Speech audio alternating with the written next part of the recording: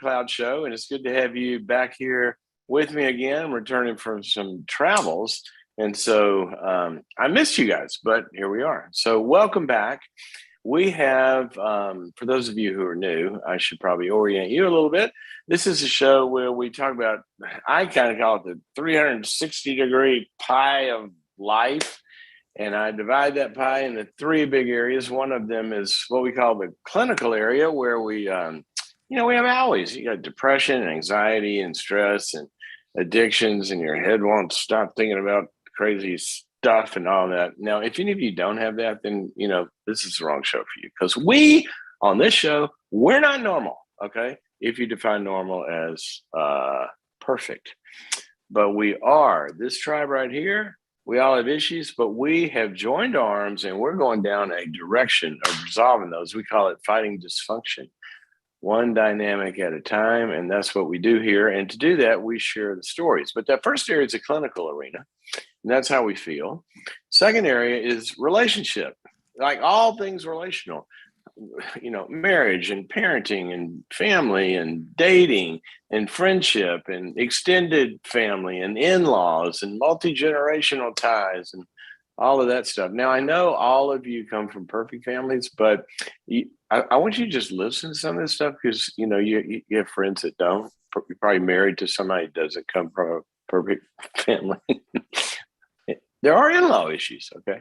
All right, and then that third arena of life is the performance arena, where we want to take our talents and our abilities and our dreams, but actually turn those into reality. And we talk a lot about the science of performance here too. So in light of that, we also have a special guest today. Ryan Frederick is with us. He is going to be entering into one of the areas we get a lot of calls about. And many of you, just statistically, most of us find ourselves touching this issue in some form or fashion. And that is, what do I do with mom and dad as they get older? Where are they going to live? How do I take care of that? How do I make sure they thrive? How do I give? Well, how do I still have a life? I want to give, but we have a family too. And all those issues, well, a lot of that comes down to two areas. One is three, really, in my view. One is how you orient the relationship, you figuring out what the roles are, who does what. But secondly, what's best for them in how to make them thrive, or what they can do to have the best life possible. And then thirdly, what you can do, for yourself, and orienting your family in that space. And so that's a really, really tough thing. And oftentimes it comes from the other end as well, the aging parents. And today, what we're going to learn is aging starts at about age 12, because if you get on the boat then the rest of it goes better later. And Ryan's an expert on that. But what about when you're looking at, wow, I'm adding up the years here. How long am I going to be able to live in this 2-story house? Or how long? What about those front steps? Or what about my community when they're all moving to snowbird land or something? We're going to be talking about planning for yours too. So we're going to get there. One quick announcement is, speaking of family, we have this tough issue, but also many others we're going to be addressing in a 2-hour webinar coming up in, I wanted to say a handful of weeks, November 15th, 2 hours on this topic. You ready? When family hurts, breaking dysfunctional or destructive patterns. When family hurts, breaking destructive patterns. That would be in your immediate family, might be in the extended family. How many of you have issues with adult siblings, for example, or adult children that you thought you had done raising, but didn't quite stay in the cake didn't fully get baked somehow, and so they're still kind of a child walking around with an adult's driver's license at 35. Anyway, those kinds of issues, as well as in-laws, as well, all of it. We hear it all because all of it is real, and we're going to address it. November 15th. Here's how you sign up. Go to boundaries.me/family. That's the website, boundaries.me/family, to get signed up. And if you can't attend the live event, this is the cool thing about today's world. Sign up for the live event. You have to sign up for that one. But then if you want to go, maybe you get manipulated into missing the event by a guilt trip from an extended family member. Okay, I can't say no. Well, then you come home and the next day you can stream it. And then you can figure out what you want to do next time they try to do that. So that's how that works. Boundaries.me/family. When family hurts, breaking destructive patterns. Now, I'm going to do a very, very short kind of version of the initial thought today because I really want to get Ryan on quickly.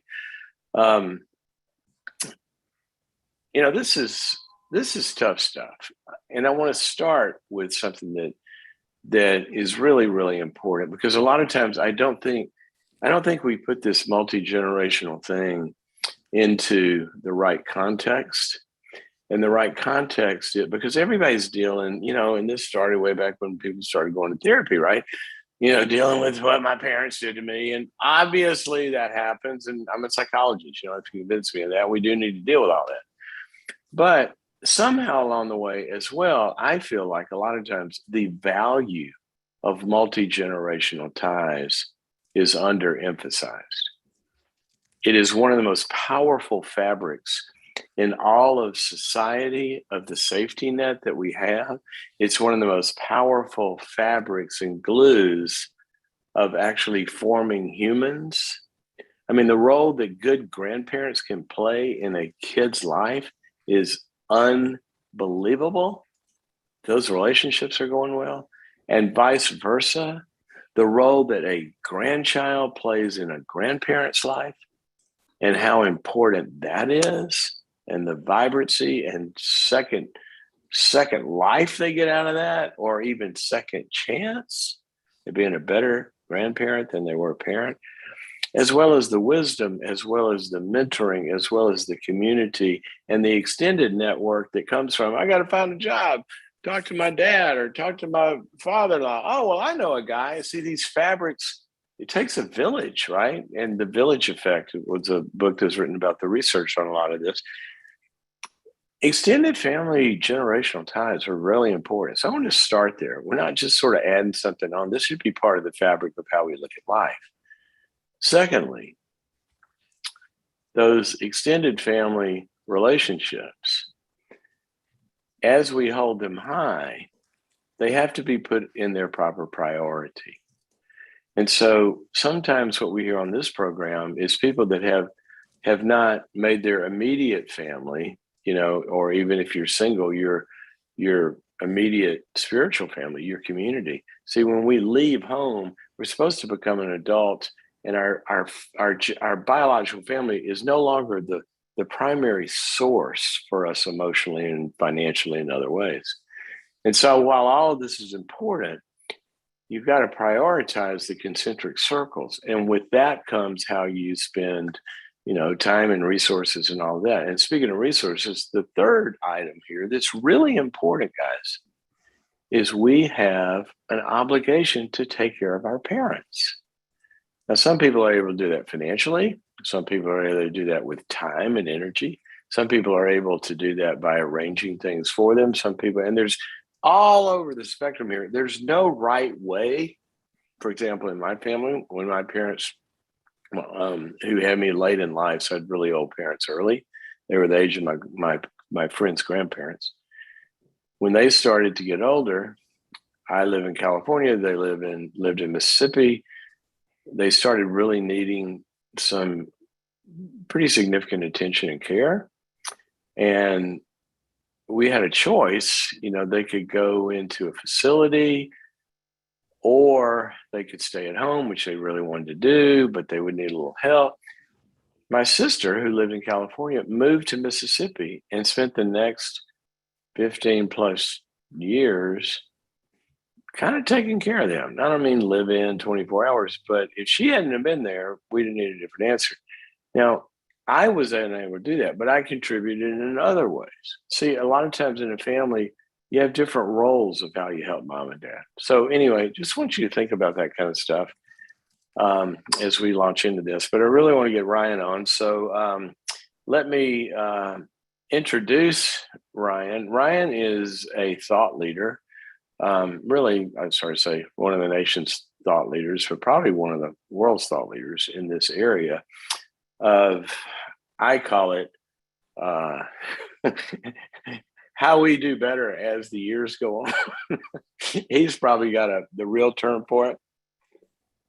But that includes a lot of things, and Ryan's going to tell us about these things. Part of it is we used to, somebody gets old, oh, they go to the nursing home, well now all the research, and Ryan's going to talk about this. That's not always the best option.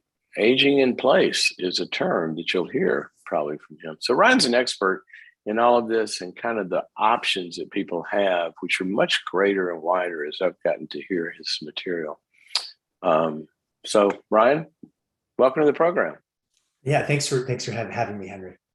Now, I just gave a layperson's sort of explanation of all this, the technical side of how you take care of people and how people who have to take care of themselves as they get older, tell us let's paint the pie here of what is it when you look at this whole area, what is it that you focus on that people find the most value? Well, thanks. It's a few things, Henry. I think part of what's happening, and you alluded to it, is that we're just living longer than we ever have in our society, and the pandemic is a blip. There was one of the biggest accomplishments in the century before us is that life expectancy doubled from really the beginning of early 1900s. It was around 40. We exited around 80. So you see this huge event, and we had the Spanish flu, which it ticked down, of course, when that occurred in the 19 teens, but it went back on the same trajectory. And so we're in this time right now, Henry, where literally half of the babies born in developed countries are expected to live to at least 100 years old. So this idea of like living longer it's a reality, and a lot of how we've structured society and how we think as individuals, they just haven't caught up. And so this idea, because I think, Ryan, a lot of people still kind of look at their life as, I grow up, I go to school, then I have this work life, and somewhere out there, whatever the number is, 65 is when Social Security gives you the first option, right? Then I go into this other thing called retirement, and that's like when I'm old, right? But that doesn't really apply anymore, does it? No, I think that's part of what's happening right now is that the definition of retire is to withdraw. And if you look at the research around successful aging, it's basically the opposite of withdrawing. And so this idea of having purpose and being socially connected, like you were talking about with the social fabric, being physically active, financially well, like these things are true really any stage in life, but yet the planning has to look different over a longer course. So a question about that. When retirement means to withdraw, is that the etymology of the word? Really? Is that where it comes from? It is. Yeah. Right. Yeah. For retire. So one of the things I've noticed, and this is my plan in life, I don't even know if my work would change, but one of the things I've noticed is, and I think it's because I do a lot of work in the business sectors and boards and all that stuff, where they want the wisdom in the room. So they have all these old people, right? in my view, they're thinking I'm a teenager. But what I've noticed is, they're many times like well in their 80s, and they're the most vibrant, connected, like well-read. They're like the force in the room many times, or many times when I go play golf or whatever. So this thing about retirement, it's okay for people to say, okay, I'm done working at my old job. But I think you're talking about being engaged in a new job for which they may not get paid for. It may be, leading a kids group at a church, right? But it's engagement you're talking about. Yeah, it's like purpose. I know, and the word retire still has a home. I know my wife's not afraid to threaten to retire my fair bit of my clothes. So there's still retire still is out there.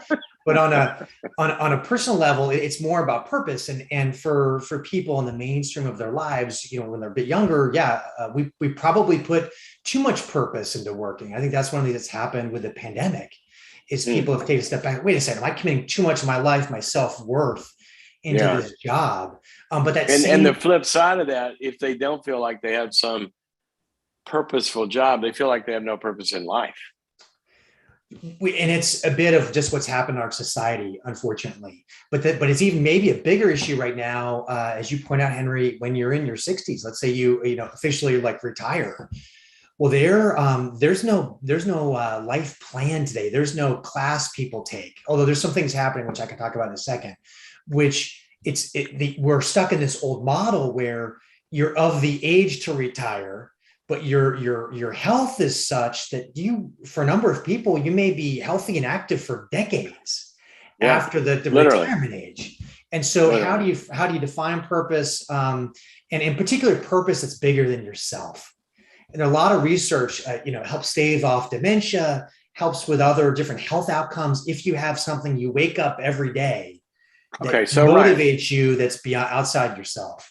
Okay, so besides the fact my brain works about halftime anyway. All right. So talk to me right now. I want your best advice I want to be a teenager at 95. So give me the 4 or 5 bullet points. These are the areas I need to focus on. And then I want some people to call us. I don't even get out the number to 844-940-2774, 844-940-2774. If you've got a question about maybe the best thing to do with your parents, or as you're planning for the next season of life, you want to ask Ryan, call us 844-940-2774. So Ryan, what are my I want to be on a skateboard at 95. So I'm getting the knee replacement again. I'm getting another knee. What do I do besides that? Well, first of all, I suspect you were probably a pretty entertaining teenager, Henry. I wish I had a chance to get to know you at that stage. But I think part of it is dreaming. It's having dreams. There's this one of the things that we're all subject to right now is sadly is ageism. It's this idea that like the older you get, the more you shouldn't dream, the less happy you are, and so on. And it's really detrimental to our individual health, and it's detrimental to our society at large. And oftentimes it doesn't fit with the research. There's something called the U-shaped happiness curve. Yes. Which is a global phenomenon. It shows that you're a certain level of happiness in your 20s, and then you kind of go through this downward trajectory for a while. You reach the nadir around your late 40s, early 50s. I like to think it's often linked to having teenagers. And then you start to pick up and you go up a little ways, and then by the time you're in your 70s and 80s, people at that stage, again, global phenomenon, the U-shaped happiness curve, people have a higher self-reported happiness or well-being than they had at any other time in their life. And that narrative, that story is not something that needs to be better told, more widely. It needs to be better told. Yeah. But some of the people fall off the rails, right? They do. Mm-hmm. And so what are the factors that those people have? What's in their life? You mentioned purpose is one of them. You mentioned not withdrawing. So give us the menu here. Well, here's what I'd say. There was because here I ask this for 2 reasons. One is obviously everybody wants to feel better when we get older, right? But there are a lot of people listening, Ryan, that they're they've got a parent, an aging parent or parents that are kind of like not waking up every day and going, woo, another day, and I want you to give them some tracks that if they can be a bridge to help get their parents down the right road. What would be some of those?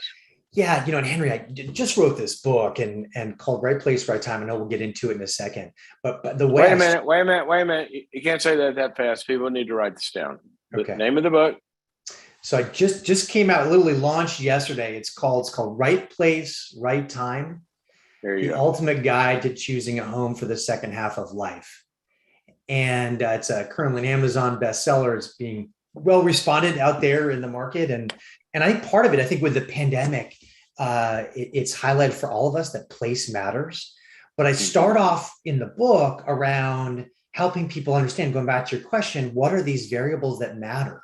What does the research tell us about like what does healthy aging and longevity look like? And so a piece of it is purpose, for sure, especially purpose that's larger than yourself. It can be in a paycheck, but it can come in other forms as well.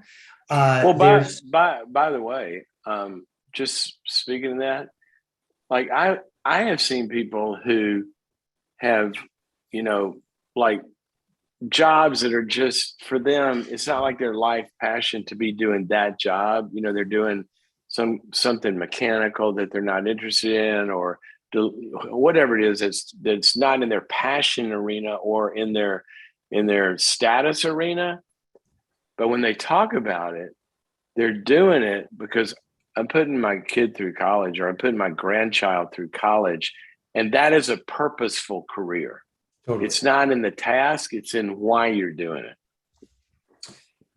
Just to respond to that for a second, I remember hearing a Tim Keller sermon years ago to talk really, and his point was ideally you find the intersection of what you're passionate about, what you're good at, and where there's opportunity. And I think part of what you're saying, Henry, is that there's also different chapters in life. So there may be something that you're really passionate about and you're good at, but there's not really an opportunity for the roles that you have in that stage in life. But maybe later on, you look at it differently, and you're able to do exercise that passion you have in a different way. So that's part of it. I'll put the purpose piece, which is really critical. Another piece is around social connection, stuff you talk about all the time, and it comes in the form of both connectedness to other people, but there's also like a social isolation piece that can happen too. So sometimes we use loneliness and social isolation interchangeably, but they're correlated, but they're different.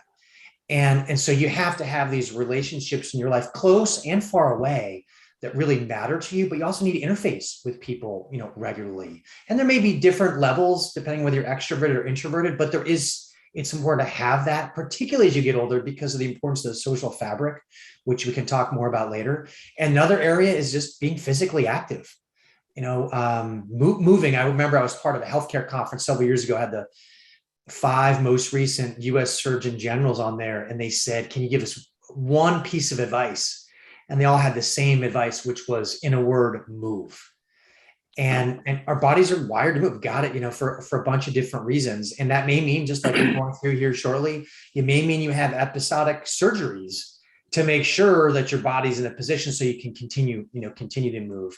I know in the case of my dad, for years, he's been avoiding important work that should be done that's held him back from moving. He's kind of avoiding that, but it has these other implications. Another area is I know, Ryan, one of the things, so my dad collapsed in a theater when he was 40, and they told him his heart was enlarged, and at the time he was overweight, and that he had 6 weeks to live. And then he went and got another opinion, and they told him to change his life. Yeah. And part of it was pull away from work, not retire, but retire from some of those activities and get a hobby, and to up his social connectedness. That was to develop his spiritual life more actively, and all these things. But one of them, to your point, was at that point he started a morning walk and an evening walk. And I don't know how many steps he took, because the guy lived to 94. But that daily routine, I'm just going down the list here, that's what he did. Yeah. And these are habits, and place can help influence those habits, which we'll get to in a moment. And then another important piece is around financial well-being. If you're living a longer life, are you planning accordingly? Are you, living within your means, recognizing that, again, what might happen over time? So are you covered for different catastrophic things that might happen, or even chronic things? And to your point earlier, what's the role of family in that? Now, you may find that for your own planning, it's important to support other family, because their needs are going to be important. They don't necessarily have the financial resources for it. So there's those 4, I think, are real significant, but I also think place, it has both a direct and indirect effect. which is the title of your book. So take a minute or two and define place in the way that it fits into all this. And then I want to get to a caller. I think he's got a question that a lot of people can identify with. Yeah, for sure, Henry. So a couple things. One is just one anecdote, then I'll get to the place. Because we're living so much longer, and life has randomness to it. We in our minds sometimes we think, well, geez, my parents are gonna live longer than I do, or they're the ones that are going to have health issues or different circumstances. It won't, on a relative basis, it won't be me. I'm hearing more and more stories now where actually older parents are intervening to become caregivers or helpers for their younger children. And I don't mean that when they're still in the nest. We have a neighbor here. We live in Austin, Texas. We have a neighbor who, she's in her early 80s. She's phenomenal, but she's had some health issues. But her daughter, who's in her 50s, has had multiple encounters, with cancer. And right now her daughter is living with her, and she's the primary caregiver in her 80s because that's what you do. That's what's happening in their circumstance. So, and we get a lot of callers around the same thing, and probably because the content of our show, it may not be cancer, but a lot of mental health issues. Adults that are struggling with various mental health issues that have kept them from being able to kind of make things work on an outside life without help, and they're back with their parents. Yeah, well, yeah, totally. But I think there's even some more like mainstream examples where this paradigm that we have of I must be taking care of my older parents. Actually, that may not be how it plays out in certain chapters. But in terms of place, I've been in the field of housing and older adults in the investment operating side, a bunch of different roles for the last 15 years. So I've seen things across the country, or internationally, really. And this book is an effort to help individuals and families understand how significant place is in the context of a longer life and healthy aging. And what I mean by place is a pretty significant word in all this, because sometimes when we think of place, we think just our physical dwelling, our apartment, our single family home, our duplex, whatever that is. And that is a part of place, but it's a lot bigger than that. It's what neighborhood you're part of. Who are your neighbors? What street are you on? What metropolitan area are you living in? Are you in urban, rural, suburban setting? And then what region of the country are you part of? Or what country are you in? Sadly, when we hear these stories out of Afghanistan, for example, there are people in Afghanistan, I'm sure, have great homes, like physical dwellings. But I think by many accounts, it's a pretty awful place to be right now. And when we look at it in our lives here, we have to, especially as we're living longer, we have to evaluate, are we in, as the title suggests, are we in the right place at the right time in our life journey? And so what I do with the book early on is I prompt people to really do this self-assessment based on what we just talked about, Henry.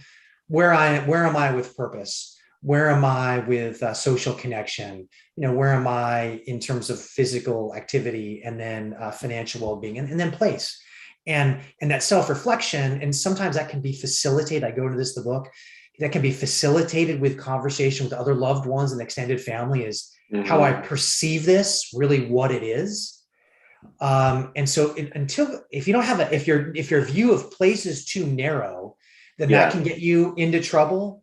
And then if you're, and it's hard if you're not in touch with kind of where you truly are, that can get you in trouble as well. And these decisions, they really matter.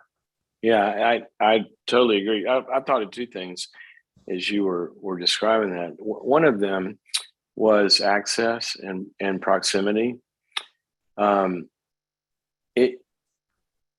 It's one thing to live. You can live in a quote physical place when you're 40 years old. You can hop in the car and drive 10 minutes and be in everything that you possibly need, right? Yeah. Well, when you're 80, that 10 minutes, it may be impossible, by the way, but even if it is, it's going to involve maybe several other people and so what's the big issue there? Where you live? No, the big issue is what you have access to that you need. And I think those concentric circles that you talked about of purpose and community and being stretched and being challenged every day and health care and all of that, family, wherever we're going to be, I think access has got to be a big part of that. The second thing that you said, I think, was huge, Ryan. And I just want to say, damn it, I wish everybody would get this, because it's every area of life. And the word was planning. I don't know anyone who is retired well, and I don't mean they live in mansions. I mean that they can get up every morning and know, where the food's coming from or whatever they need, who did not start working on that early. It does not happen without planning. And the same thing in all these other categories that you're talking about. And it is so hard to get people to start planning. So how do you do that? Yeah. Oh, Henry, you're totally right. And go fast because the calls are coming in. I don't No, want for to sure. Well, ignore to be fair on this, Henry, like it's some personalities predisposed to plan more than others, and so you got that as an element. I've had people tell me that about their spouses, actually. Yeah, no, I can relate to some of that. You've got, but there is a correlation to education. So I think part of it goes back a bit to what we were talking about, the dynamic of these interpersonal, these intergenerational families, because there has to be some level of recognition within the family, like who leans towards planning, who doesn't. Part of what I really emphasize with the book, though, is in this arena, it matters a lot. And so to take an example that we went through the pandemic, like some people who were planners had thought this through a bit. The pandemic, yeah, absolutely was a risk and inconvenience, but generally could have been a positive thing. On the other hand, we have some situations where it was awful.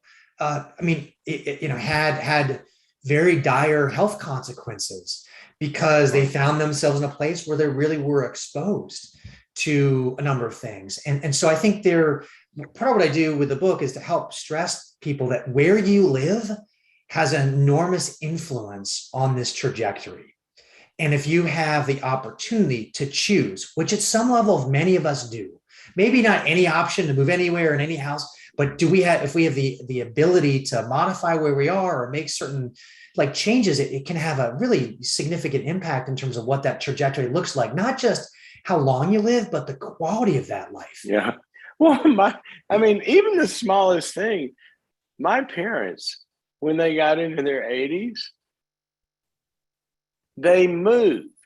Now, who moves in their 80s? And do you know how far they moved? About 20 steps. They moved next door. They bought the house next door. Yeah. And the reason was because they like to go out and stay active and all that. And it had fewer steps. And it also had a kitchen that was more accessible to their activities.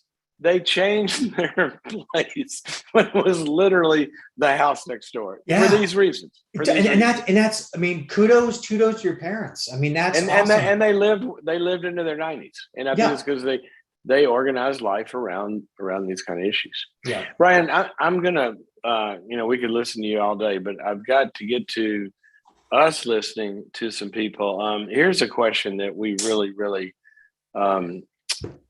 oh gosh, yeah. First of all, my heart goes out to, but so many people find themselves right on the cusp of this.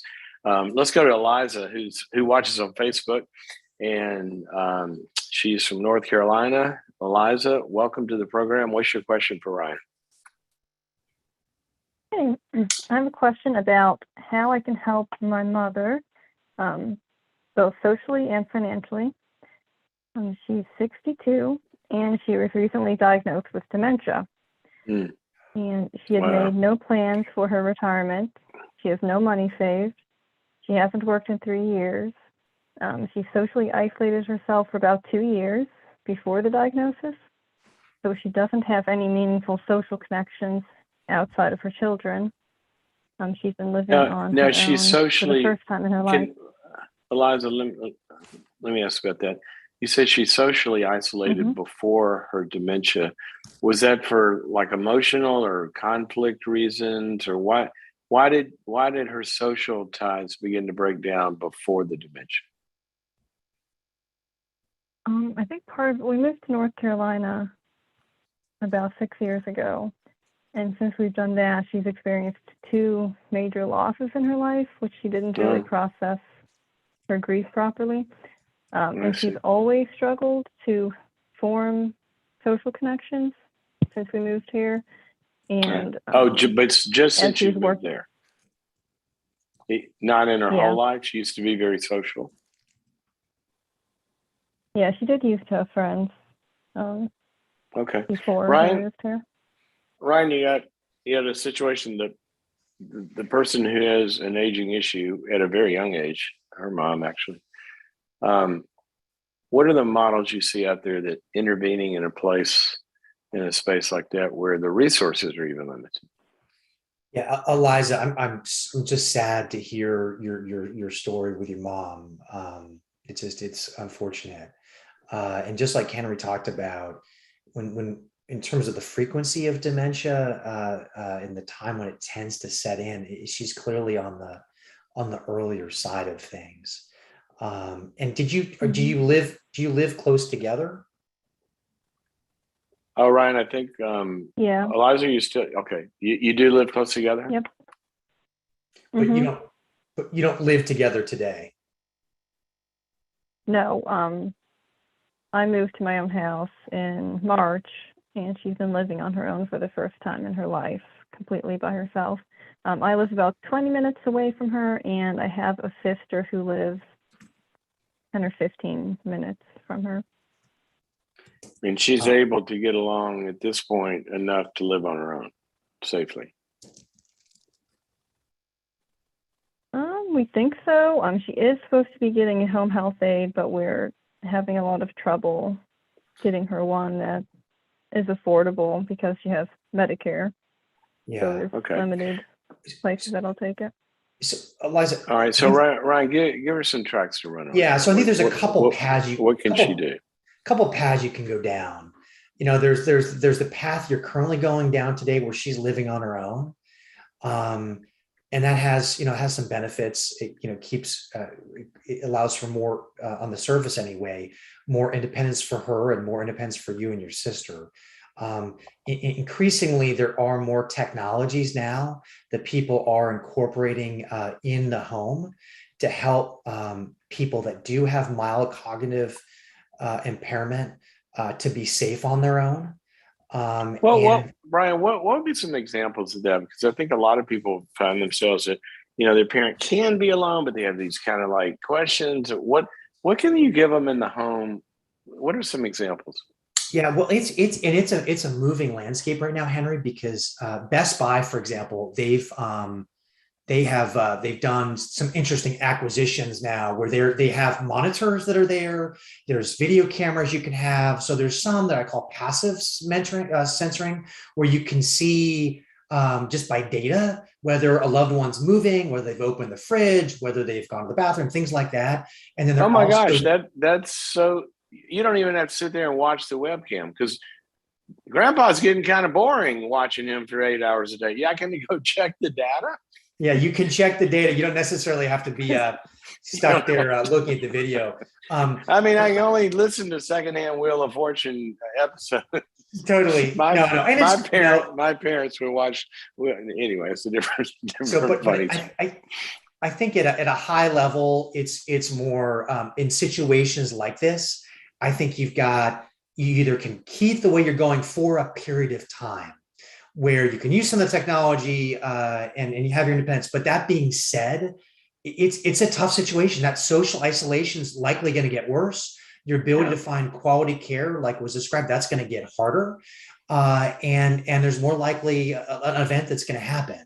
And at that point, kind of what do you do is a key situation. Alternatively, another option is you at a minimum, have a housing situation where your loved one is closer to you, because 15, 20 minutes, that's a decent amount of time. It's hard to get there every day working at your normal schedule. So another option, actually have them live with you or live very close by, where the idea of more regular interaction is more viable.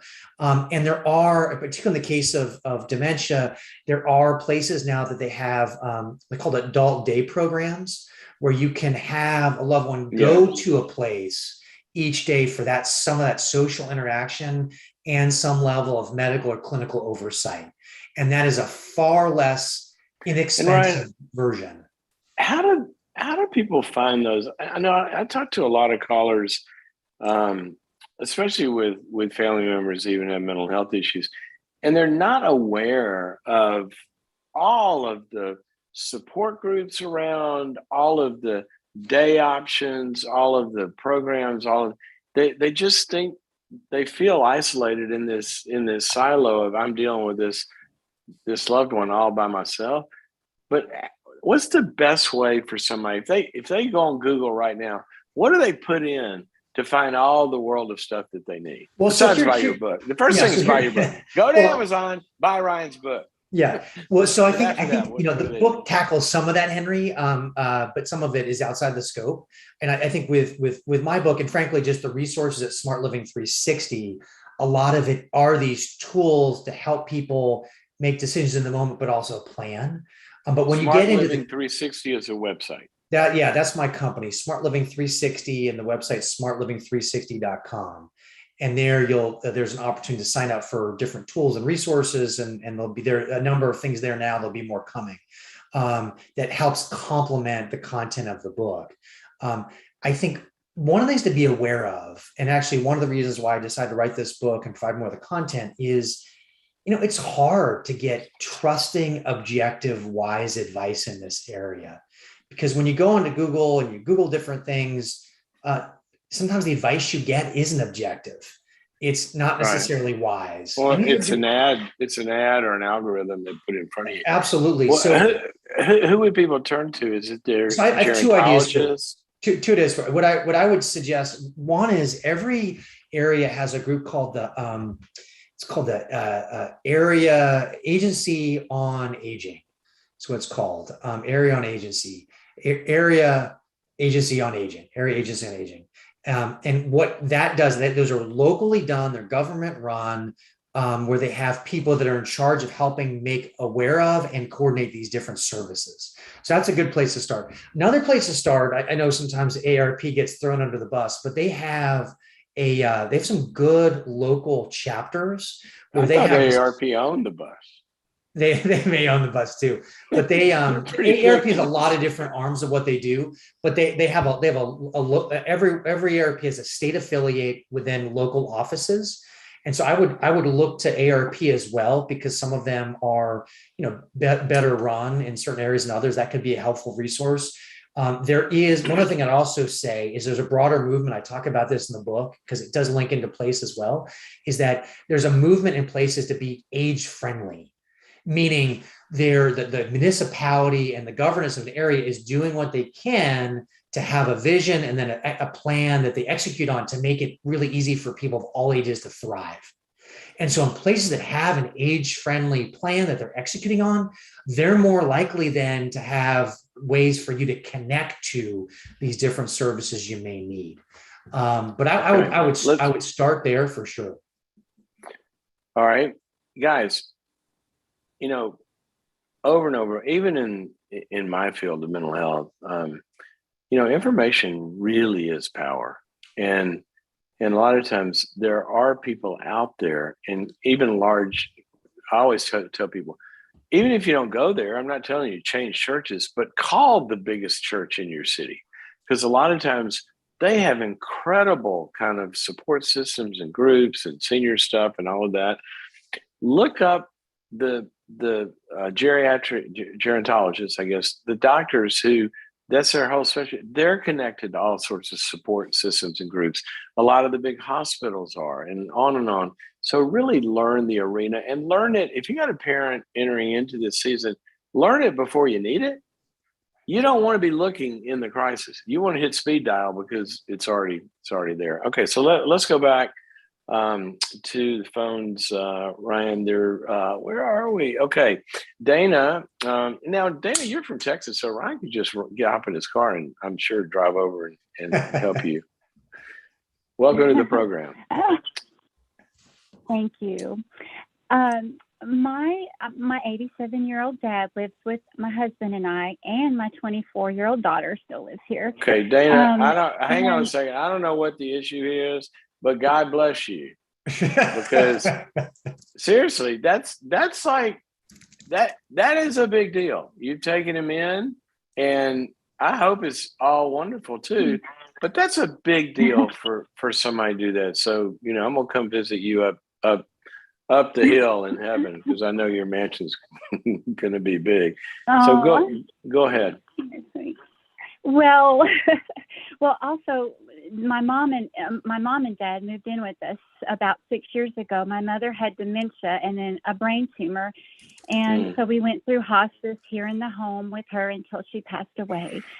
And so now it's been 4 years. And so what you just said is thank you so much. But I have to be honest, I struggle because I don't want to live this way anymore. I want to be with my husband. I just want to enjoy my home. And of course. And I feel guilty. I feel guilty and like a bad person for feeling that way. And it's something that I try to work on and ask God to help me with. And, I just, I keep thinking, how long is this going to last? And I don't want to be thinking about that every time I come home either, and I love my dad. He is such a sweet man. He really is. But there was just no planning, excuse me, at all with my mother. I had to get wills done. I had to get, Dad, we can get help with home help. We can get hospice. And it was like he didn't know what to do, or he doesn't want to face the reality, of what we need to do to get things in place with bank accounts and things like that. So anyway. So what's your question for Ryan? My question is, I guess, I don't know if it's more me, how do I feel guilty for feeling like I want to change, but I also want to honor God and taking care of my dad. How do I deal with these feelings? Well, let me talk a little bit about that piece of it, and then I'll toss it to Ryan for some of the sort of big circle categories of ways that you can implement maybe the emotional things I'm talking about. First of all, I would, and we could talk about this a long time. In fact, we're having an event on this on November 15th when family hurts, not just on aging, but it's about these generational and even immediate family issues where sometimes there is a lot of guilt. There's a lot of, you lose your freedom in a family sometimes. And so that's coming up on November 15th when family hurts. Go to boundaries.me/family to sign up for that. And we're going to gift that to you as well. But I would say two things. I'm going to give you a Bible verse as a map. Okay. Mm-hmm. You mentioned you want to honor God, right? And in fact, this is the first commandment with a promise. Remember that? Honor your parents. Okay. Mm-hmm. So honor means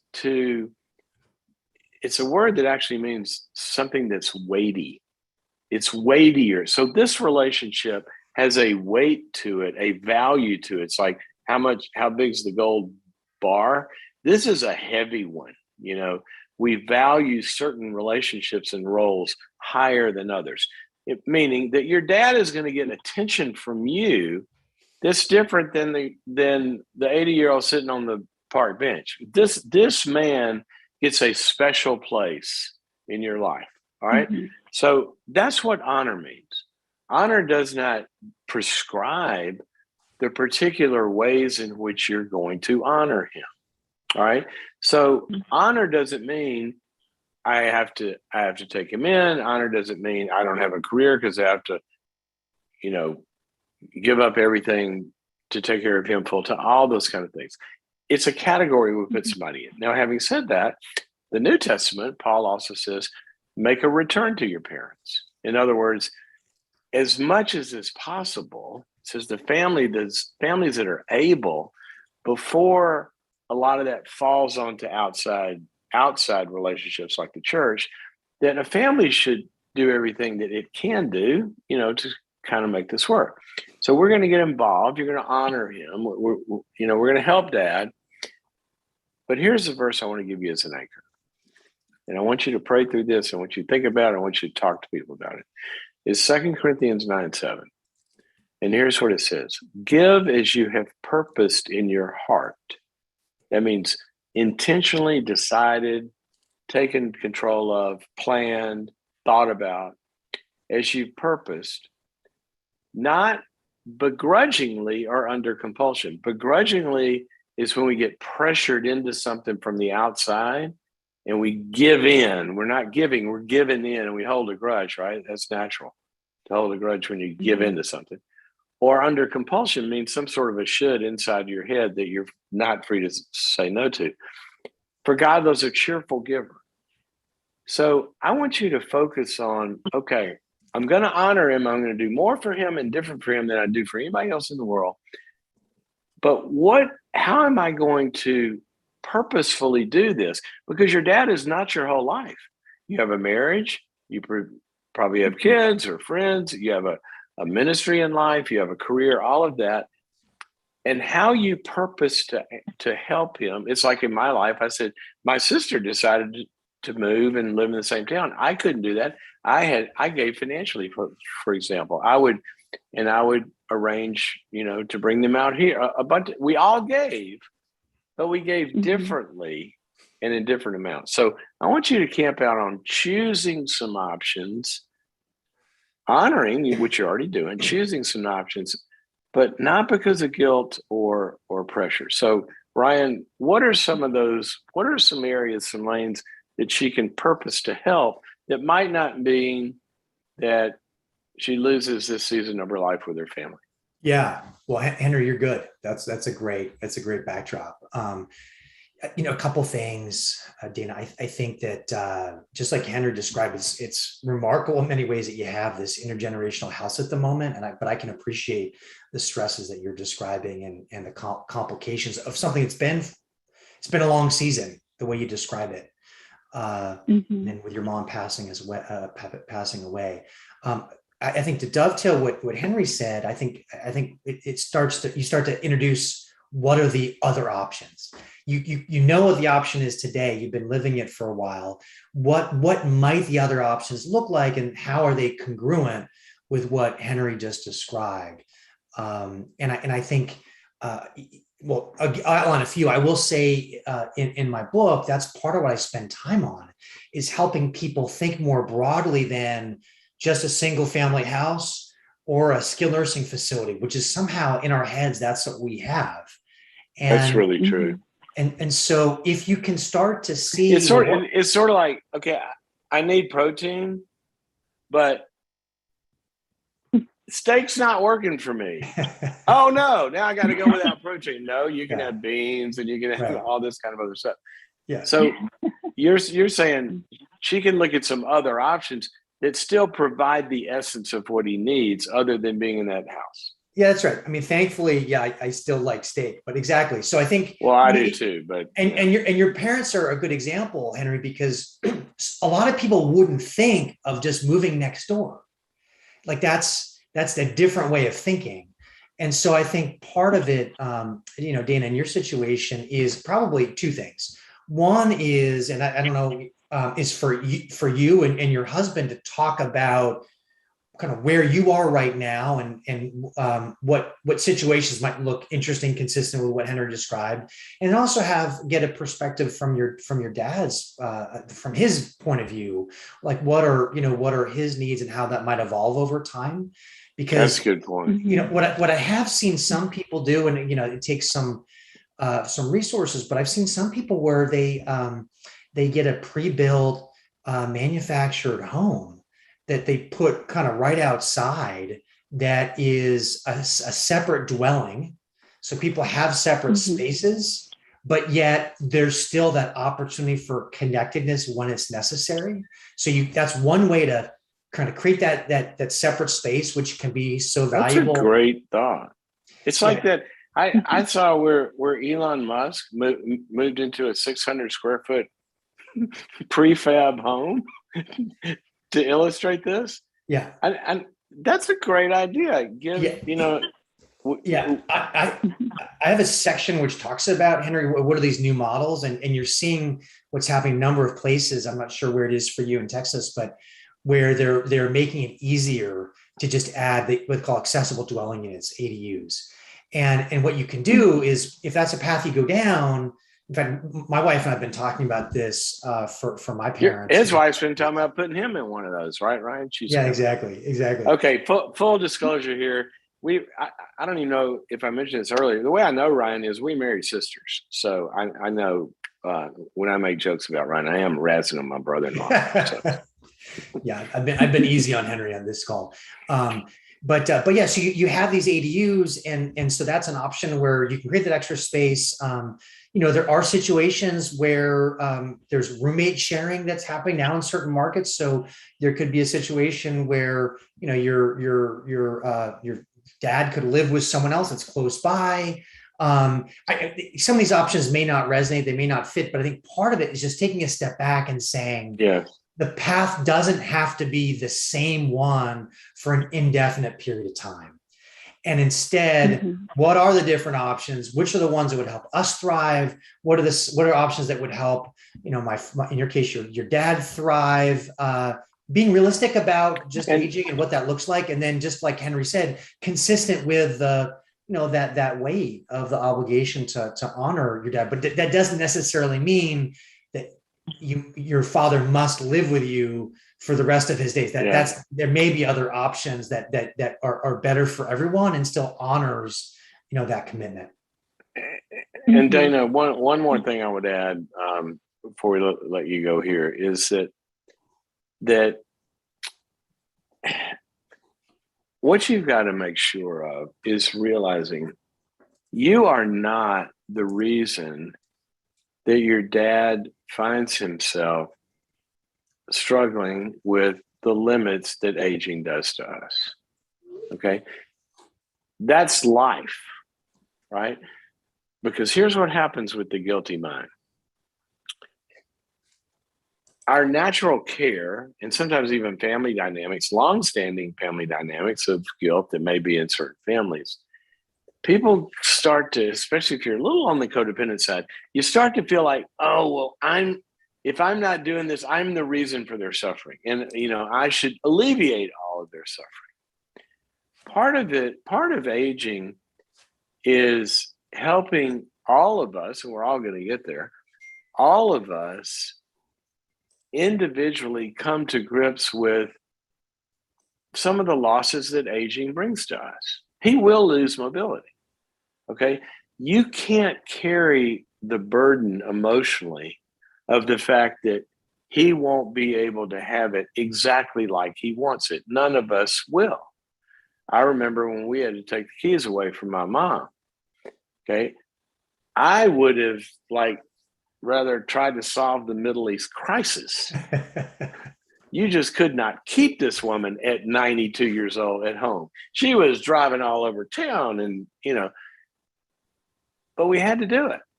And that was hard. And so remember, when you have to set certain limits that may involve him not moving there, if that's the route you go or whatever, he may not like it. And that's normal and that's natural because life is saying no to him, as it does to all of us in some form or fashion. So don't take the responsibility for his grief work. And then I'd add one more thing. You said that, his wife died. And so I would want to get a psychiatrist in to just evaluate him. He may be depressed. And that could be sort of part of getting his energy back. There's a lot of times, there's a lot of depression that slows people down. It can have cognitive interference as well. And I think there's a lot of untreated depression in older people that, when treated, see things begin to change. So Ryan, what if we, what's burning inside of you that we haven't gotten to? We're kind of at the end of our time here. It's something we could talk about forever. What do you want to leave our audience with? First of all, how they find your book, and how they find the website that has these tools and all these information, places to go. Yeah, totally. I would say a couple things, Henry. I would say, just in terms of like what's the big takeaway in some of these thoughts related to my book, Right Place, Right Time. I think, and we just talked about it with Dana, is like place really matters. And so I think that's, in this idea, none of those places matter for longevity, no matter where you are in the curve, but you just have to evaluate it. Just like you said, Henry, like there's different times where then a different place is the better option, or you modify your place based on new things that you have. So this is almost a constant calibration that people need to think through, whether you're personally in your 40s and 50s or 60s and 70s or 80s and 90s, or your parents there. It's a moving target, and that moving target has something to do with you and your preferences, but in some cases it also has something to do with the area you're around or your extended family. I often hear stories about people where they want to be closer to the family, and we're in a time where family is all over the place. So that may require a key decision. And Ryan, if I can just say something about that family you want to be close to may not be blood relatives. Family is a spiritual thing too. There may be a place for you to move into a neighborhood where those relationships are more like family and provide more sustenance to you or for them than even biological family. Yeah, absolutely. And, I do a regular blog on the Smart Living 360 website. And several of them have been on exactly what you're talking about, Henry, which is I describe as chosen family. And then some of the advantages of the chosen family is that if you already have those relationships and they're already in where you have dug in as place, you get the benefit of being comfortable broadly where you are and already having that social fabric. Sometimes what happens when people relocate to be closer to their biological family, they find out it's not necessarily the dream that they hoped it would be on either account. And so there are, that's true. At a minimum, there's risk. And I go into that a bit around how should you think about ways to mitigate some of that risk. But in terms of next steps, so a couple of things. One, I would encourage people to go to the Smart Living 360, which is www.smartliving360.com, smartliving360.com. There you'll see a bit more on the book, but there's also an opportunity for people to sign up for some of these tips and tools. It's all free right now to help people get connected in these key things that are helpful. My plan here is to increasingly create this treasure trove of just content to help people think through these really important issues, both personally in their immediate circumstances, but also on an extended family basis as well. So that's the first thing. I would recommend going to Smart Living 360 and signing up for the regular message. And then the second thing is, Right Place, Right Time. The Ultimate Guide to Choosing a Home for the Second Half of Your Life, just came out yesterday. Nearly sold out actually at the moment on Amazon. I'm sure there'll be new supplies coming, but there's a real demand, I think, for people to better get your arms around this.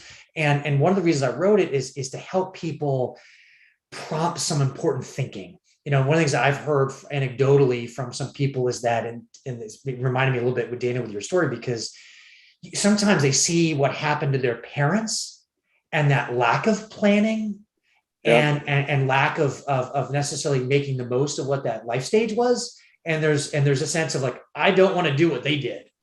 I want to have a plan. And so, Right. you know, so this book can be really helpful to help prompt that thinking, as well as it does some things to help situations that may be more urgent, you know, in your life as well. So visit the website, smartliving360.com, and then you can find Right Place, Right Time through the website, but also available on Amazon and other places that sell books. That is awesome, and the planning is such a big part of it. While you're thinking or mentioning resources there, it did remind me we're having a webinar coming up November 15th live here. I'll be doing it for 2 hours, November 15th. It's called When Family Hurts, Breaking Destructive Patterns. And go to boundaries.me/family to sign up for that. But here's why I mention it now is a lot of times the things that Ryan is talking, or the things that he's talking about, when you have to make tough decisions with parents and how are you going to help and all that kind of stuff, it overlays to a lot of family dysfunction. And sometimes people don't feel free to say no or to enter into those conversations, or they're being manipulated or abused. And that's what we'll be talking about, the emotional side dynamics of all family stuff. When Family Hurts, Breaking Destructive Patterns, coming up November 15th. Go to boundaries.me/family to sign up for that. You know, Ryan, I just want to close with sort of one thought about the planning. It's interesting. My parents, and I can't remember, did you ever know them? No, I didn't. I I think, didn't get a chance to meet them. yeah, you came into the family. When did you and Abby get married? In '02.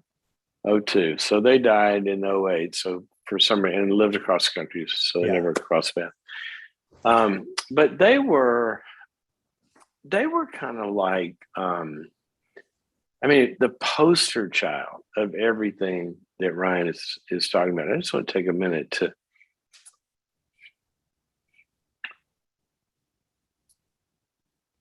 sort of honor them, but not for that sake, but as an example. And a quick story about this. I heard my dad say something my whole life. I never knew my grandparents because my parents were older when I was born. I was an oops midlife. My dad said, well, we tried to make the most of our mistakes. That's the way he always referred to me. But I think two of their parents, and I can't remember which ones, when they were way old, got sick and moved in with them. And so my parents took care of a couple of their parents. And I heard my dad say, and they did that willingly and all of this, but I always heard him say, one of the things that we're really being careful about is we don't ever want to be a burden to you guys. Because I think at that time, it was after World War II, and my parents had a young family, and they had these elderly parents. And I think it was tough, is all he meant. It wasn't bad, but it was hard. And he said, we're going to make sure we're okay. And they really planned this stuff. Now, I would have been, and I did, I'd be glad to, and my sisters, we did anything we could for them. But here's why I'm getting to this. They lived into their 90s because they did the things that Ryan is talking about. They had deep community. They were people of service. My mother was getting in her car. She was 90 years old, still going out every day. And she'd say, I got to go pick up the old people and take them out. They're not going to get outside. Those old people just stay inside all the time. Well, the old people she's driving around town are like 15 years younger than her. And Meals on Wheels and all this kind of stuff, and walks every day. And my dad, talking about community, every day, twice a day, he would have coffee with his two best friends. They'd meet 10 o'clock in the morning, mid-morning break, and then early afternoon for 40 something years. They had a couples group that every week they would have a dinner and play bridge. These things that Ryan is talking about are really, really important. But here's the cool thing for me. I got to have active, vibrant parents for decades after I got out of school and was an adult. And it's so much fun to have your parents be active and vibrant when you're an adult and you actually can go do stuff that you couldn't, you know what I mean? So plan your life that way. Do what Ryan's talking about, because you're going to be a lot of fun when you're 85 to somebody, if you can be, right, Ryan? Yeah, no, you summed it up well. I've heard a lot of stories, but it's unfortunate I never got to meet your parents. I think part of what you're describing, a lot you just described, Henry, and you nailed it. I think that if people can understand what would it feel like to hold my great grandchild, what would it be? There's this great video I'll share with Henry, your team afterwards to circulate, but it was made in Germany. It has this grandfather who decides to work out for a period of time so he can raise his grandchild or great grandchild up to the Christmas tree to put the star. Oh, that's so awesome. And so what it means is like he emotionally could sense that feeling of what would it be like if I was able to do that, and that drove some of these habits. Now it's even better, like you described, Henry, where they're habits, like it's just what you do, it's in the water. And that's why place matters so much. Like in the case of your parents, had you picked them up and relocated them to California, it would have been harder probably. I mean, it sounds like they were motivated. They would have carted for life. But I think they would have been dead within a year. I think the whole fabric of their life and community and purpose and all that would have gone away. Yeah. So it matters. Those matter. Place matters because it influences all of that. And so I think as we think about what it's like with caring for aging parents, I think it, just like you're describing, Henry, I think we have to look in the mirror at our own lives at the same time. And in some cases, our parents may be different than yours. They didn't have those habits. But it's now hard at that age in their 80s to create that infrastructure like you're describing. But for adult children, it's not too late at all. It can create a sense of self-reflection. What do I want it to look like? Yeah. And back to 30 seconds ago, it's harder when they're 80s, but we do know from a lot of psychological research, you go into an 80-year-old's life and you start giving them connection. You start giving them choices. Don't just give them lunch, give them a menu. You want the peanut butter sandwich, you want the bologna, or you want the whatever. When they make choices, their whole system give them as many choices as possible, give them challenge, stretch their brain. There's stuff that you can do there as well. And in the book, I talk about why it matters, like you're describing, but then I talk about different options. Like there are, let's say you do have a loved one in their 80s and they're looking at senior living. There are some places that do what you're describing, Henry, to do it really well. They're wired into engagement. They're wired into purpose. They're wired into autonomy and choice. And there's some other places that aren't. And so you can't necessarily think of this all being the same. You have to figure what's the right fit for that. And ideally, it's not a decision that's made by the adult children. It's a decision that's being driven by your parent. So there's that sense of ownership, belonging, not like this is where my kids put me. Yeah, it's not a warehouse. It's a new garden for this beautiful plant to thrive. Okay, Ryan, we're out of time. I'm going to say one more thing because I'm feeling this pretty strongly.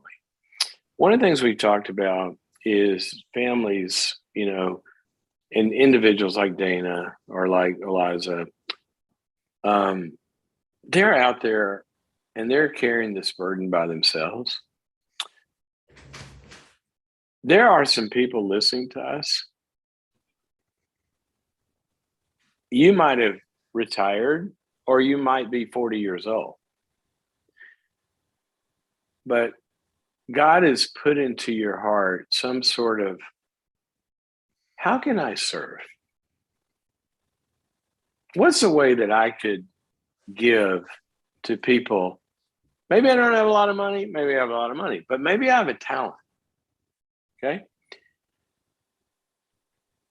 Ask yourself, go to your church, go to your pastor, go to a doctor, go to somebody and say, I would like to help old people.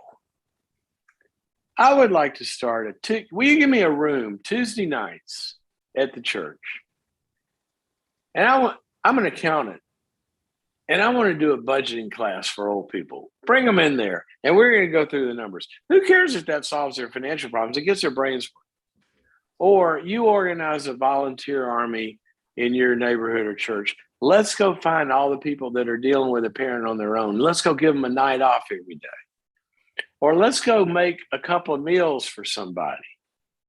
There are 10 billion ways that all of us can use our individual gifts. And even some of you are organizers. You could put an army together. You could start a ministry in your church and say, we're going to go tackle this problem in our neighborhood, not just for the old people, but for Dana, who's having to carry that burden by herself. How much easier would it be for her to say, Dad, we're going to let you live over here, but we got this whole army that's going to surround you and take you out and go to bingo and all the kind of stuff you do. Some of you are being spoken to right now, so follow up on that. Okay, Ryan got that call many years ago to go help people age well. And Ryan, it's been a pleasure to have you on. Congratulations on success. As an author, I can tell you, it's not easy, right? To get a book done and get it out there. You've done a great job. You've written a great tool. Everybody go to Amazon. Right place, right time. Right time, right place. Right place, right time. Right place, right time. Right place, right time.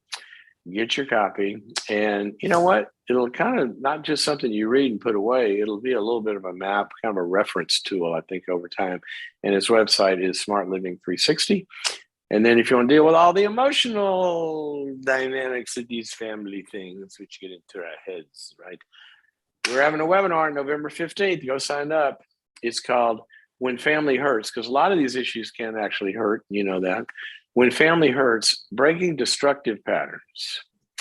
In the area of aging, let's get out. Let's don't let the dysfunctional relational patterns dictate what we do with helping somebody age well. Let's get those out of there. Go to boundaries.me/family to sign up for that. And other than that, I'll see you next time. Ryan, thanks for joining us. Hey, thanks for having me, Henry. And thanks for your help in all so many ways.